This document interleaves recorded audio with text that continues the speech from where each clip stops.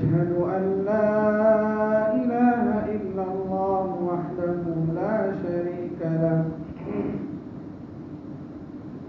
ونشهد أن سيدنا وحبيبنا وشفيعنا وسندنا ومولانا محمدا عبده ورسوله أما بعد فأعوذ بالله من الشيطان الرجيم بسم الله الرحمن الرحيم ودوا لو تكفرون كما كفروا فتكونون سواء فلا تتخذوا منهم أولياء وقال تعالى يا أيها الذين آمنوا لا تتخذوا اليهود والنصارى أولياء بعضهم أولياء بعض ومن يتولهم منكم فإنه منهم إن الله لا يهدي القوم الظالمين وقال تعالى ومن يشاقق الرسول من بعد ما تبين له الهدى ويتبع غير سبيل المؤمنين نوله ما تولى ونصله جهنم وساءت مصيرا صدق الله العظيم وقال النبي صلى الله عليه وسلم الدين النصيحة أو كما قال عليه الصلاة والتسليم رب اشرح لي صدري ويسر لي أمري واحلل عقدة من لساني يفقهوا قولي يا رب صل وسلم دائما أبدا على حبيبك خير الخلق كلهم محترم حضرات اور معزز سامعین کرام، میں نے ابھی آپ حضرات کے سامنے جو چند آیات کریمہ کی تلاوت فرمائی ہے ان آیاتوں کا ترجمہ پہلے پیش کرتا ہوں۔ اللہ رب العزت نے پہلی آیت میں ارشاد فرمایا کہ مذہب اسلام کے علاوہ جو دیگر مذاہب کے ماننے والے لوگ ہیں، چاہے وہ کوئی اپنا مذہب رکھتے ہوں چاہے نہ رکھتے ہوں، عیسائی ہوں کہ یہودی ہوں کہ مشرک ہوں، ہے کہ ملحد ہوں جو کسی خدا کو نہیں مانتے ہوں، ان لوگوں کی دلی خواہش یہ ہے کہ اے مسلمانوں تم بھی انہی کے مانند ہو جاؤ۔ وَدُّوا لَوْ تَكْفُرُونَ كَمَا كَفَرُوا فَتَكُونُونَ سَوَاءً، ان کی دلی خواہش یہ ہے کہ جیسے وہ کفر پر جمے ہوئے ہیں ڈٹے ہوئے ہیں تم لوگ بھی ان کے مانند کافر ہو جاؤ اور پھر دنیا میں تم سب کے سب برابر رہو۔ یہ اللہ رب العزت اس کو بیان کرنے کے لیے کہتے ہیں یہ ان کی دلی خواہش ہے، دلی خواہش۔ ایک ہوتا ہے ایک آدمی کا جذبہ اور ایک ہوتا ہے ایک دلی تمنا۔ تو شیطان نے ان کے دلوں کے اندر اس بات کو ڈال دیا کہ تم کوشش کرو اس بات کی کہ جیسے تم گمراہ ہے ویسے سب کے سب تمہارے ساتھ گمراہ ہی رہے۔ اللہ نے حکم دیا آگے فلا تتخذوا منهم اولیاء، سنو مسلمانوں تم میں سے کوئی ہرگز ان میں سے کسی کو اپنا نہ بنانا، ہرگز نہیں بنانا، اس سے بہت بڑا خطرناک نقصان تمہارے اور تمہاری نسلوں کا ہو سکتا ہے۔ ایک آیت کا یہ ترجمہ، اور دوسری آیت میں نے آپ حضرات کے سامنے جو پڑھی ہے اللہ رب العزت اس میں ارشاد فرماتے ہیں کہ یہود اور نصارہ کو ہرگز دوست نہ بناؤ، لا تتخذوا اليهود والنصارى اولیاء، یہود اور نصارہ کو ہرگز دوست نہ بناؤ۔ وَمَن يَتَوَلَّهُم مِّنكُم، تم میں سے اگر کوئی بندہ ان سے دوستی کرے گا، فَإِنَّهُ مِنْهُمْ، یقیناً وہ بھی انہی لوگوں میں شامل ہے۔ اور یاد رکھو اللہ ظالمین کو ہرگز ہدایت نہیں دیتے ہیں۔ یہ دوسری آیت کریمہ کا ترجمہ ہے۔ تیسری آیت میں نے آپ حضرات کے سامنے پڑھی ہے، اس آیت کا ترجمہ اللہ رب العزت ارشاد فرماتے ہیں، وَمَن يُشَاقِقِ الرَّسُولَ مِن بَعْدِ مَا تَبَيَّنَ لَهُ الْهُدَىٰ، ایمان اور ہدایت کھول کر سامنے آ گئی، اس کے باوجود اگر کوئی نبی علیہ الصلوۃ والسلام کی مخالفت کرتا ہے، وَيَتَّبِعْ غَيْرَ سَبِيلِ الْمُؤْمِنِينَ، مسلمانوں کے راستے کو چھوڑ کر، مسلمانوں کے طور طریقے کو چھوڑ کر ان کے علاوہ لوگوں کو اپناتا ہے، ان کو فالو کرتا ہے، وَيَتَّبِعْ غَيْرَ سَبِيلِ الْمُؤْمِنِينَ، اللہ کہتے ہیں نُوَلِّهِ مَا تَوَلَّىٰ، وہ مسلمانوں کے راستے کو چھوڑ کر جس طرف جا رہا ہے اسی طرف اس کو پھیر دیں گے، اس کی زندگی کو اسی کی طرف لگا دیں گے، وَنُصْلِهِ جہنم، اور اس کو ہم سیدھے جہنم میں پہنچا دیں گے، وَسَاءَتْ مَصِيرًا، اور یاد رکھو جہنم کوئی معمولی چیز نہیں، انتہائی خطرناک قسم کا ٹھکانہ ہے، بہت برا ٹھکانہ ہے۔ تو یہ تین آیتیں میں نے آپ حضرات کے سامنے پڑھی ہے۔ ایک اور حدیث پاک میں نے آپ کے سامنے پڑھی ہے، اللہ کے نبی علیہ الصلوۃ والسلام نے ارشاد فرمایا، الدین النصیحہ، دین کس چیز کا نام ہے؟ خیر خواہی کا نام ہے۔ خیر خواہی کس کے ساتھ؟ خیر خواہی اللہ کی کتاب کے ساتھ، اللہ کے رسول کے ساتھ، اللہ کے دین کے ساتھ، اللہ کے احکامات کے ساتھ، مسلمانوں کے ساتھ، ہر مومن بھائی کے ساتھ خیر خواہی کا نام دین ہے۔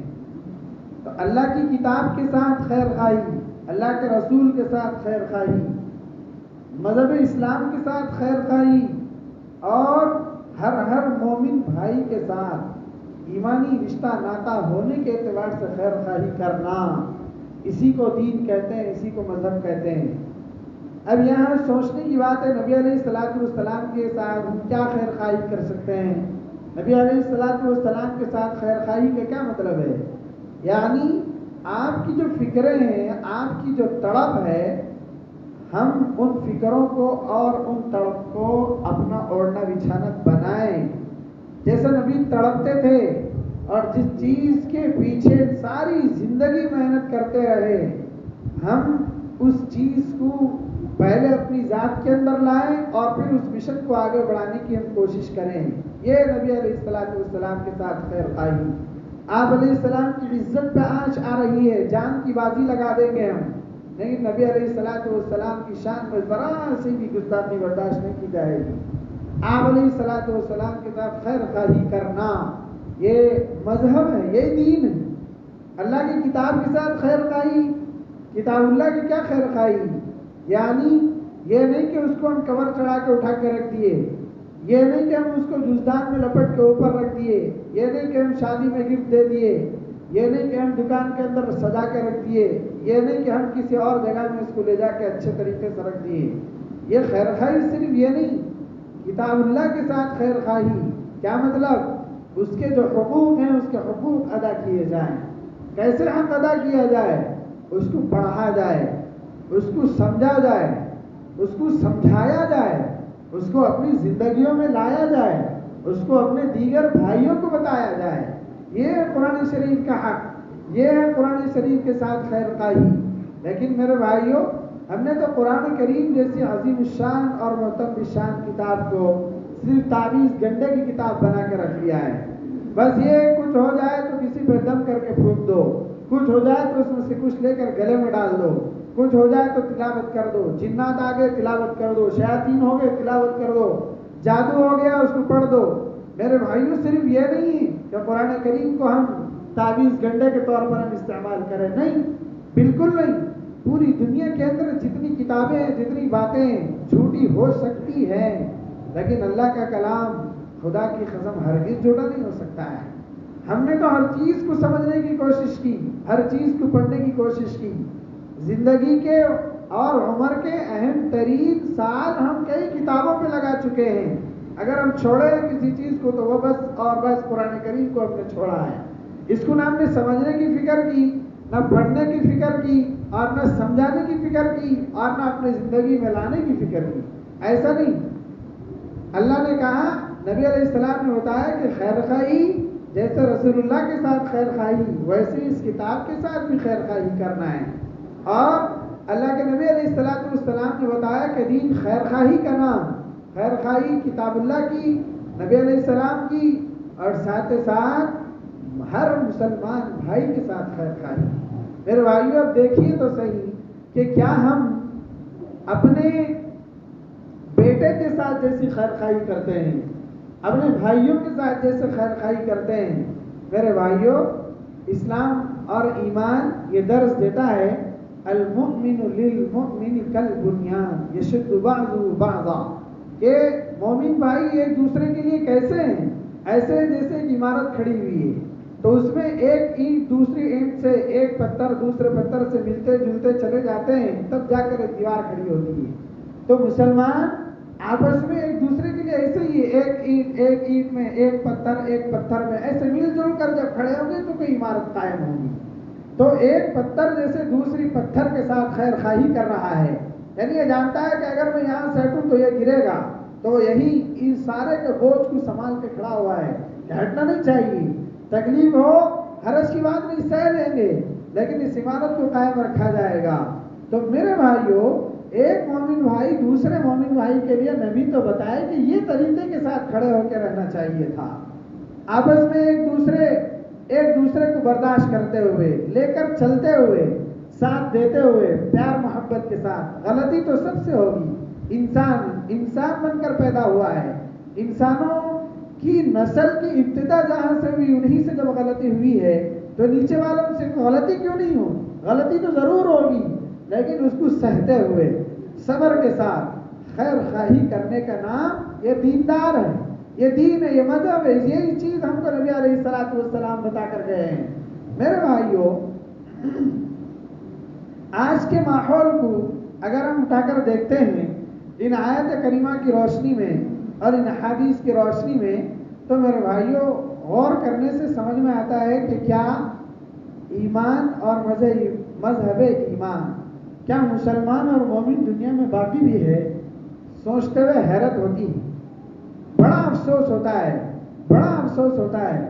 میرے بھائیوں، ہمارے اکابر اس کے پیچھے جو محنت کر کے گئے ہیں وہ محنت ایسی ویسی محنت نہیں تھی.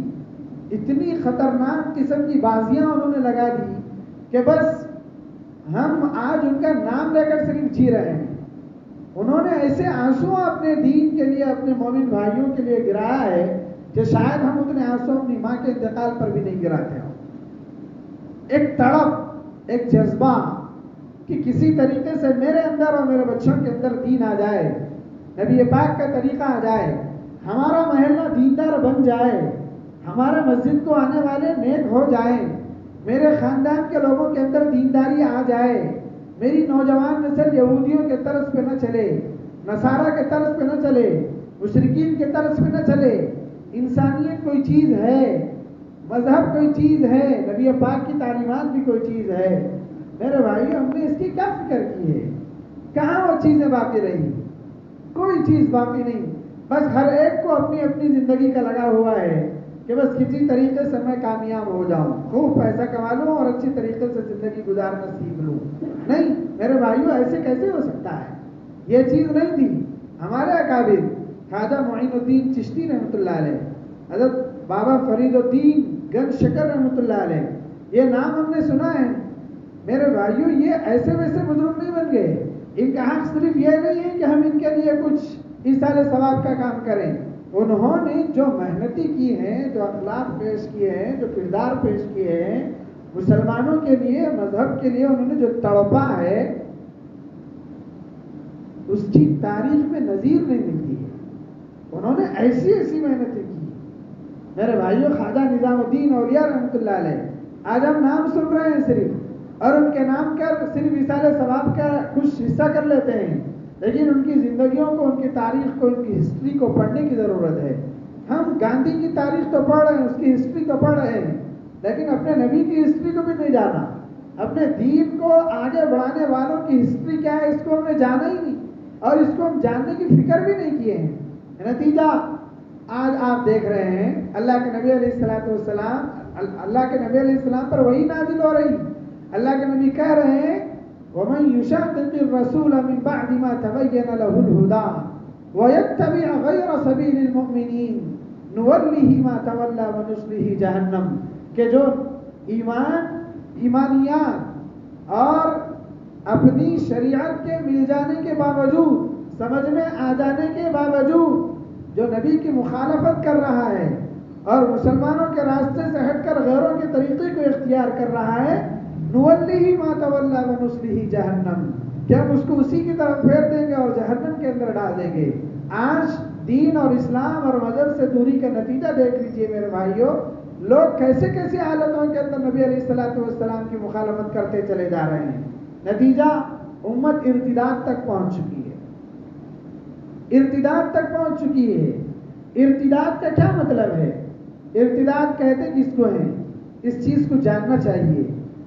اللہ کے نبی علیہ السلام کا لایا ہوا دین اور کلمہ ہم کو ملا، یہ کتاب و شریعت ہم کو ملی، لیکن ہم نے اس کو چھوڑ دیا۔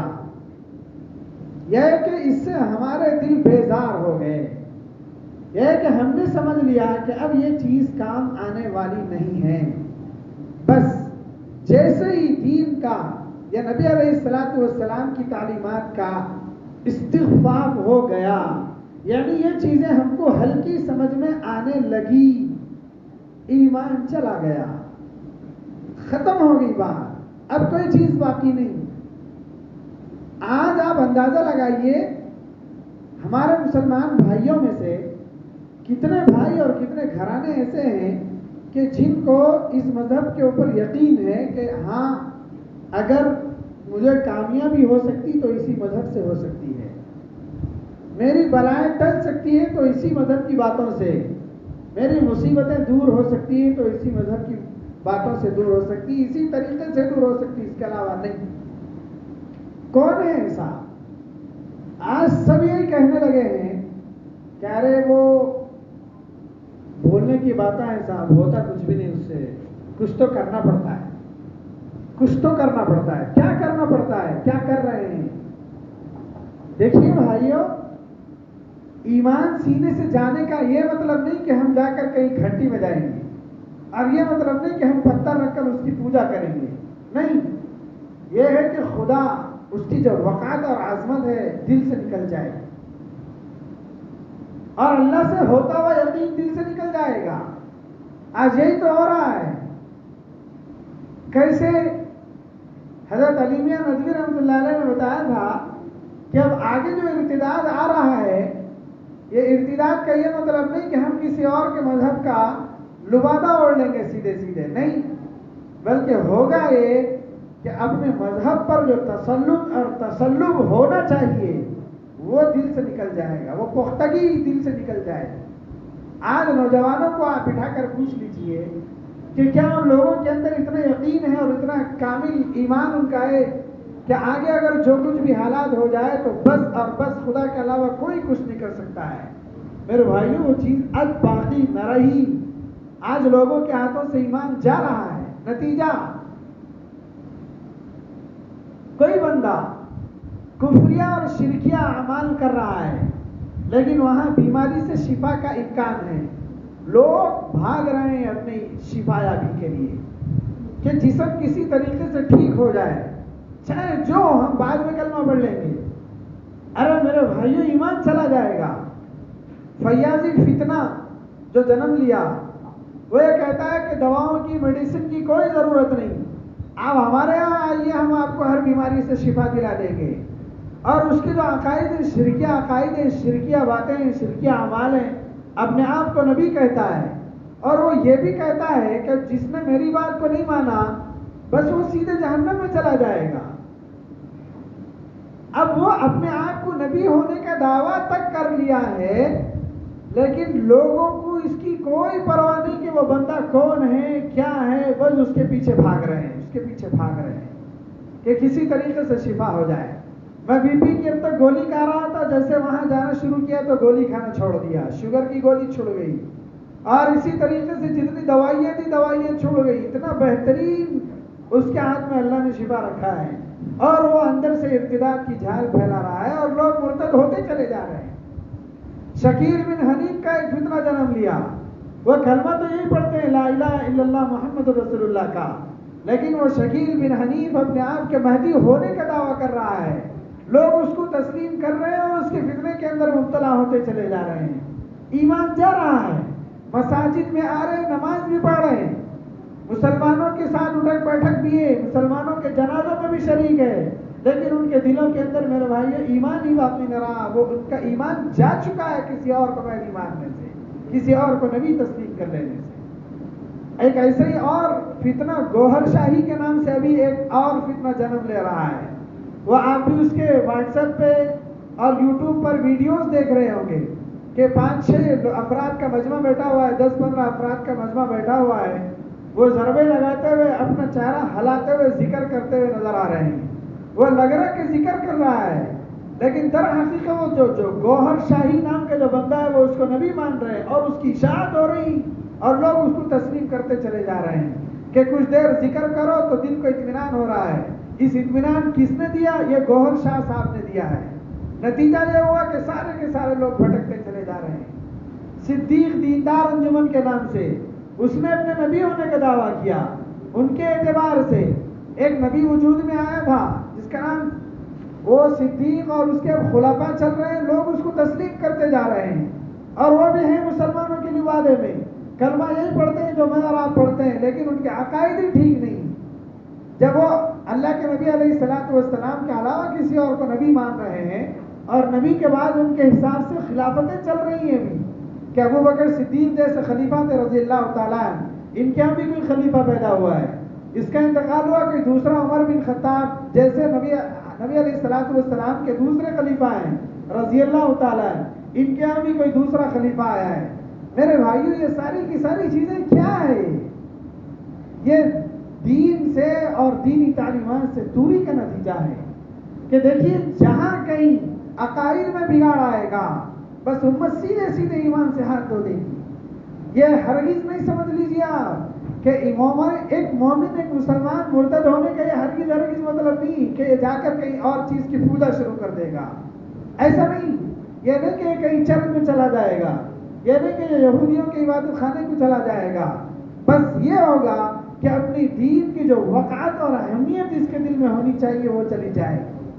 دیکھیے بھائیو، یہ عقیدہ ہے مسلمانوں کا کہ محمد رسول اللہ صلی اللہ علیہ وسلم آخری نبی ہے، آپ کے بعد کوئی نبی آنے والا نہیں، کوئی نبی آنے والا نہیں۔ جس نے نبوت کا دعویٰ کیا بس وہ جھوٹا ہے، کذاب ہے، ملعون ہے۔ ایسے شخص پر اگر کوئی ایمان لے آئے گا اس کا بھی ایمان ہاتھ سے چلا جائے گا۔ حضرت مہدی علیہ السلام اس امت کے ایک فرد ہیں، آئیں گے، قیامت کے قریب آئیں گے، وہ پہچانے جائیں گے مکہ مکرمہ میں، وہ مدینے کے رہنے والے ہوں گے، وہ سادات کے خاندان میں سے ہوں گے، ملک شام کے 40 ابدال ان کو جانیں گے جب وہ طواف کر رہے ہوں گے۔ یہ سب ان کی علامتیں ہیں۔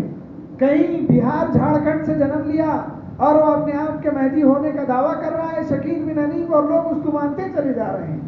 حد تو یہ ہے کہ اس کی تبلیغ کرتے ہوئے لوگ پکڑے جانے لگے ہیں، ایک نہیں دو نہیں، دسیوں مقامات میں نمازیں پڑھ رہے، جیسے دعوت و تبلیغ کی جماعتیں آتی ہیں ویسے وہ لوگ بھی جماعتوں کی شکل میں نکل کر فردن فردن تنہا تنہا لوگوں تک پہنچ رہے ہیں، اور محنت کر کے ان کو اپنی جال کے اندر پھنسا رہے ہیں، اور وہ یقین کے ساتھ کہہ رہا ہے کہ میں تو مومن ہوں، کلمہ پڑھ رہا ہوں، محمد رسول اللہ کو نبی مان رہا ہوں، تو مجھے تم لوگ کیوں کافر کہہ رہے ہیں؟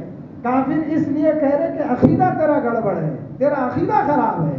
میرے بھائیوں، ہمارے جو اکابر علماء ہیں، ان علماء کو سننا چاہیے، ان کی مجالس میں بیٹھنا چاہیے، ان کو پڑھنا چاہیے، کم سے کم میرے مذہب کے عقیدے کیا ہے، میرا ایمان کیسے باقی رہے گا، یہ تو معلوم رہنا چاہیے، تو اس کی خوب فکر اور کوشش کرنی چاہیے۔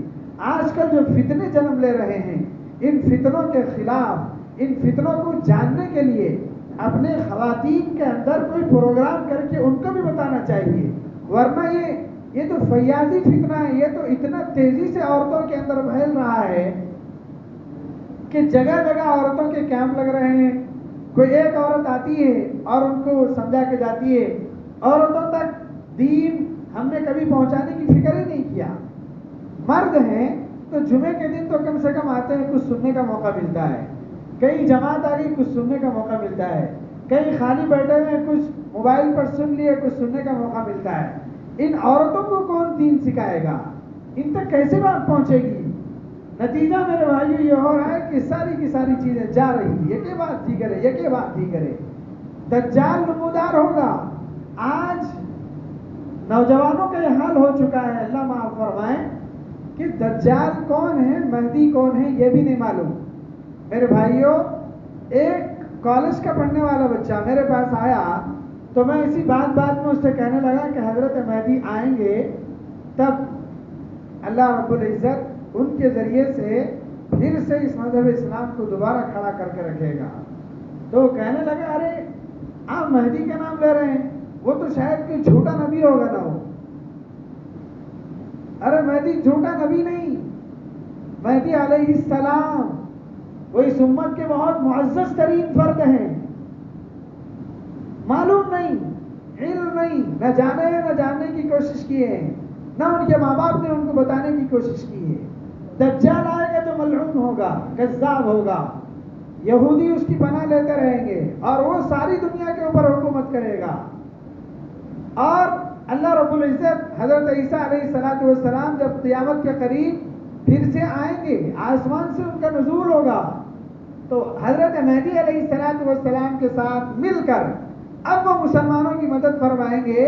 اللہ رب العزت ان سے کام لے گا تو اب دوبارہ پھر سے مسلمانوں کو عروج ملے گا اور پوری دنیا سے ہر قسم کی باطل طاقتوں کو مٹا دیا جائے گا. اور حضرت عیسیٰ علیہ السلام کیسے ہوں گے؟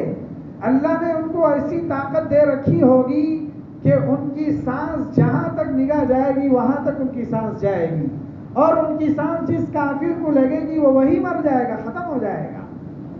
اللہ رب العزت ان کو اس طاقت سے نوازے گا. تو میرے بھائیو، یہ قیامت کے قریب ہونے والی باتیں ہیں، لیکن وہاں یہ بھی چیز ہے کہ قیامت کے قریب کچا چھٹا جانا جائے گا، دودھ کا دودھ، پانی کا پانی الگ الگ کیا جائے گا، مومنین اور منافقین کو الگ الگ کیا جائے گا. تو نتیجہ یہ ہوگا کہ قیامت کے قریب حضرت مہدی اور حضرت عیسیٰ کے ساتھ جو لوگ ملیں گے وہ کون ہوں گے؟ وہ مومن کامل ہوں گے. دودھ کا دودھ ہوگا، منافقین کو چھانٹ دیا جائے گا، کاٹ دیا جائے گا، الگ کر دیا جائے گا. ان کو ظالموں کے ہاتھوں ان کو تہہ تیار کر دیا جائے گا. اللہ بچائیں گے، مدد کریں گے تو مومنین کاملین کی، اور پھر ان سے اللہ رب العزت کام لیں گے. میرے بھائیوں، یہ جو دور چل رہا ہے جس سے میں اور آپ گزر رہے ہیں، یہ مومنین اور منافقین کی کام چھانٹ کا دور چل رہا ہے. دودھ کا دودھ، پانی کا پانی الگ الگ ہونے کا وقت آ چکا ہے. کیسے؟ اللہ کے نبی علیہ السلام نے ارشاد فرمایا کہ قیامت کے قریب علم اٹھا لیا جائے گا. علم کیسے اٹھایا جائے گا؟ یہ نہیں کہ ساری کی ساری کتابیں ختم کر دی جائے گی، نہیں، کتابیں تو اور اچھے انداز میں نئے ایڈیشنوں میں چھپ کر آئے گی، لیکن کتاب میں جو ہے اس کو جاننے والا کوئی باقی نہیں رہے گا، کوئی باقی نہیں رہے گا. سارے کے سارے علماء اٹھتے چلے جائیں گے. نتیجہ کیا ہوگا؟ نتیجہ اب امت اپنے نفسانی خواہشات پہ عمل کرتے چلے جائیں.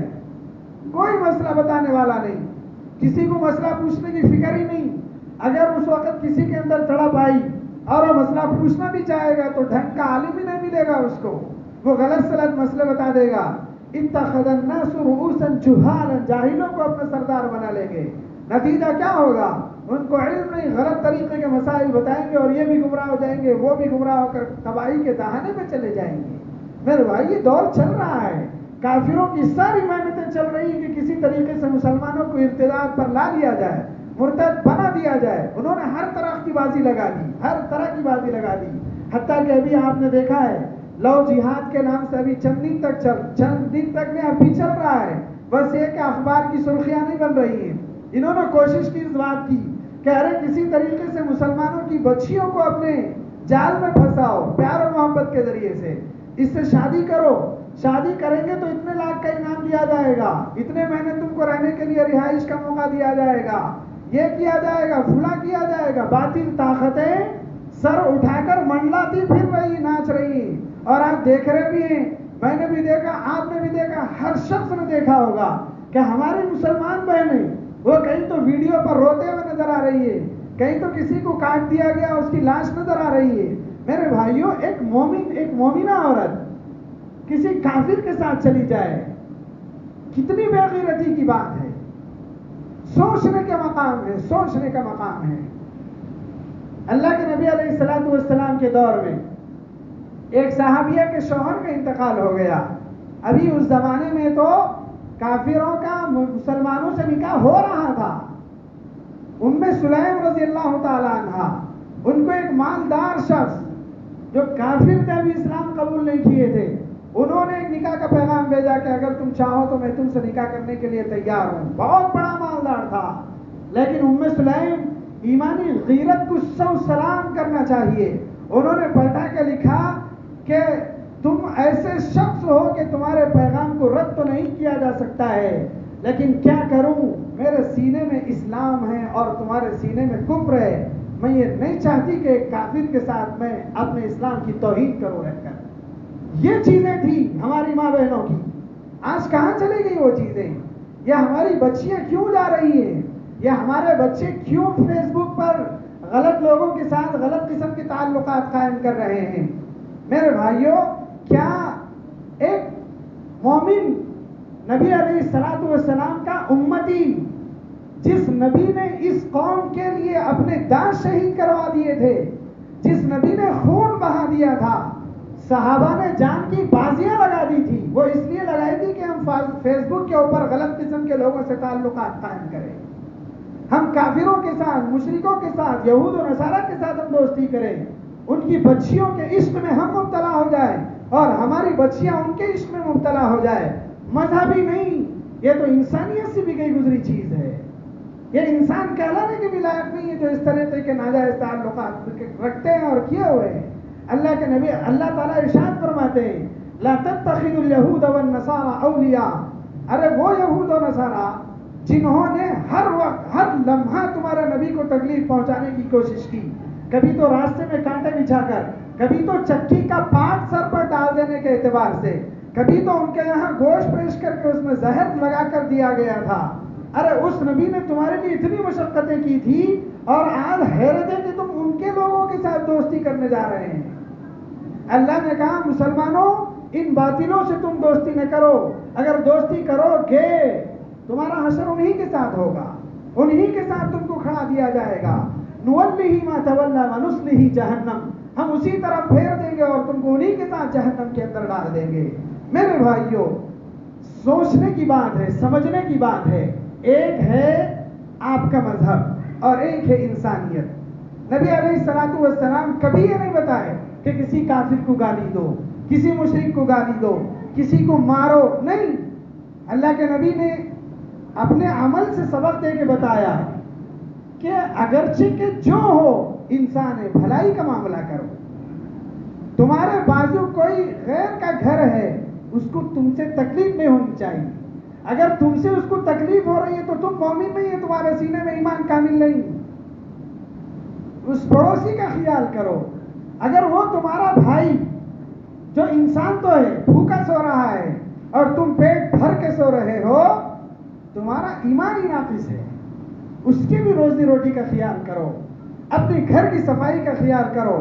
تمہاری گھر کی وجہ سے بازو والے کو تکلیف ذرا برابر بھی نہیں پہنچنی چاہیے۔ نبی اگر تمہارے بازو کسی غیر کا بھی گھرانہ ہو، تم اپنے گھر اپنے بچوں کے لیے کچھ فروٹ لے کر آ رہے ہو، تو اس کے بھی تو بچے ہیں اور وہ چھوٹے ہیں، ان کو بھی تم لے جا کر فروٹ دے دو۔ اگر نہیں دے سکتے تو ایسا تو کرو کہ اس کے چھلکے تو کم سے کم ان کے بچوں کو نظر ایسے مت پھینکو تاکہ ان بچوں کو تکلیف نہ ہو جائے۔ اللہ کے نبی نے پڑوسیوں کا اتنا خیال کیا ہے، چاہے جو ہو، چاہے جس مذہب کا، اس سے کوئی لینا دینا نہیں۔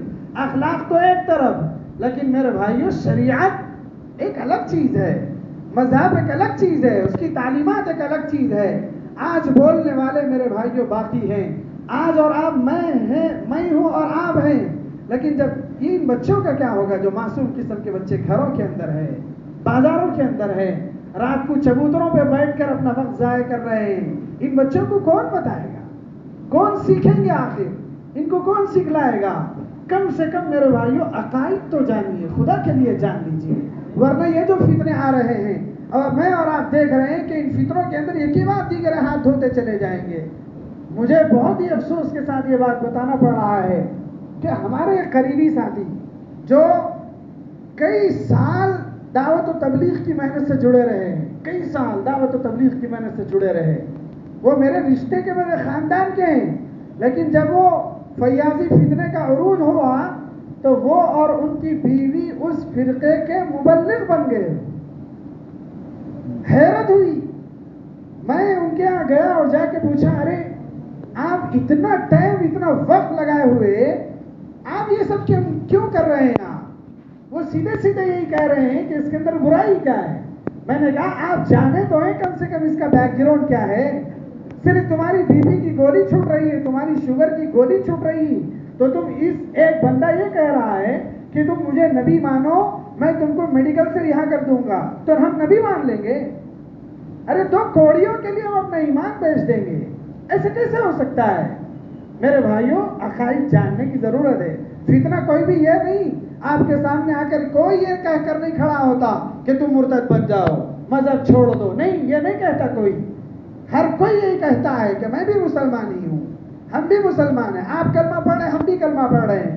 میرے بھائیوں صرف کلمے کا نام دین نہیں ہے، عقیدہ ہے، عقیدہ کہ نبی آخری نبی، اس کے بعد کوئی نبی آنے والا نہیں۔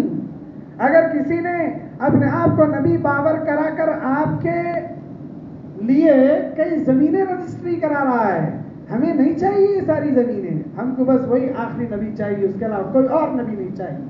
یہ عقیدہ ہے، اس عقیدے کو مضبوطی سے تھام لیجیے۔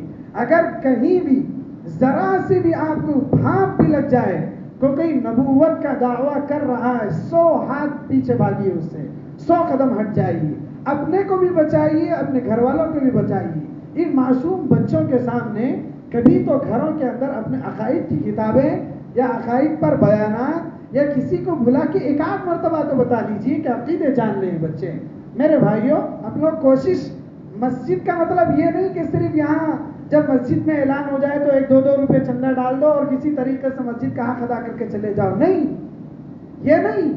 آپ مسجد اس کو بیک گراؤنڈ بنا کے اپنے آپ کو اونچا اٹھائیے۔ کیسے؟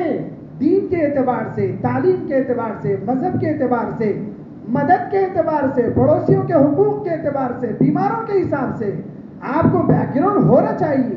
مسجد نبوی ایسے ہی ہوا کرتی تھی۔ آج ہم صرف اور صرف یہ سمجھ لیے ہیں کہ مسجد میں امام صاحب اعلان کریں گے۔ ارے مسجد میں اگر مثال کے طور پر امام اعلان کر رہا ہے، کمیٹی اعلان کر رہی، کس کے لیے، کس کے باپ کے لیے اعلان ہو رہا ہے؟ کیا کسی کو ضرورت ہے 2 روپے کے ان ٹکٹوں کی؟ اگر چاہیں تو ہزاروں لوگ جا کر بازاروں میں کام کر سکتے ہیں۔ میرے بھائیوں یہ نہیں، اپنی حیثیت کو جانیے، مساجد کی اہمیت کو جانیے، آگے بڑھائیے، اس چیز کو آگے بڑھائیے۔ ایک مسجد، اس کا بیک گراؤنڈ اتنا مضبوط ہونا چاہیے، پتا چلے کہ محلے میں کوئی بیوہ ہے، مسجد سے اس کو فنڈ جانا چاہیے۔